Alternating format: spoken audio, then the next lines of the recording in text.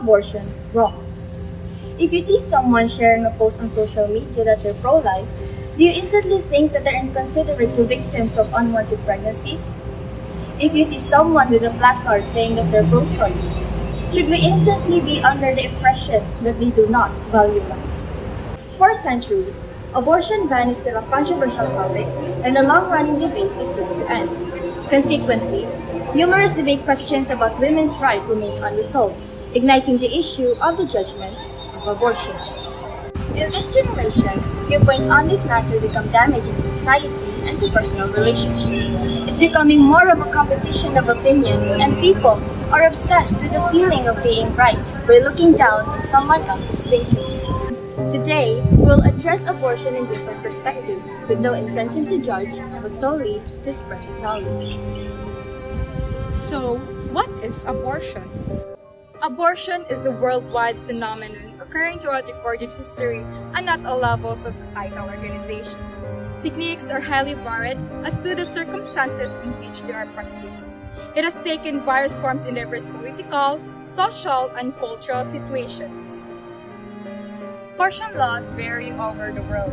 In some countries, it is available to women on choice, while in others, it is completely illegal.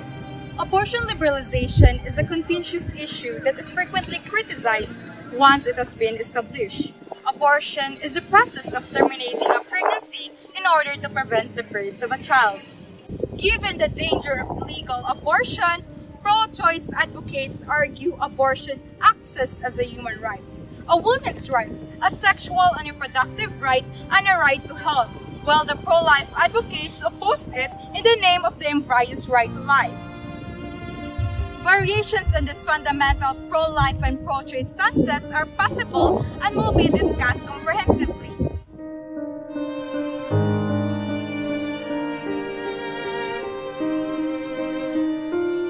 Abortion is not a solution. It doesn't fix the issues surrounding unwanted pregnancies.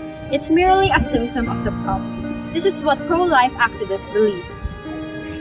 On one hand, pro-life advocates believe that even a fetus is a right of life. Making abortion legal would unlawfully take that right away. This stand is strongly based on religion and considers abortion as murder, which is against God's will. While many argue that pro-life advocates are turning a blind eye to victims of unwanted pregnancies, they believe that the unborn child will also be a victim in the process of abortion. But this is just one side of the pro-life movement. Pro-life advocates in the 1980s and 1990s recast themselves as both the protectors of women and the true women's rights movement. Pro-life activists and also feminists claim that abortion is yet another sign that women's basic needs are not being met in society. They seek to end the root causes of abortions.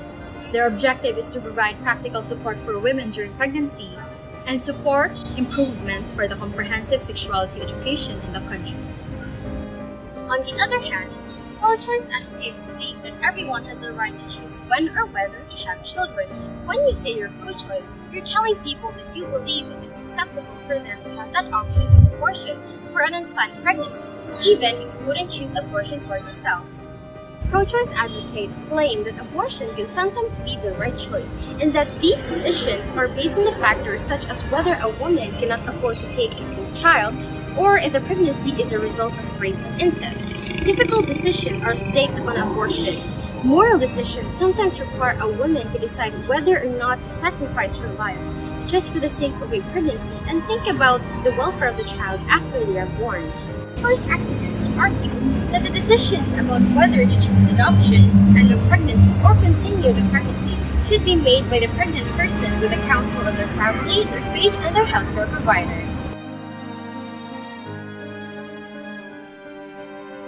In conclusion, one cannot truly say what is truly right or wrong in life. When we encounter people with different beliefs, we should not judge them, for no one is superior, inferior, nor equal.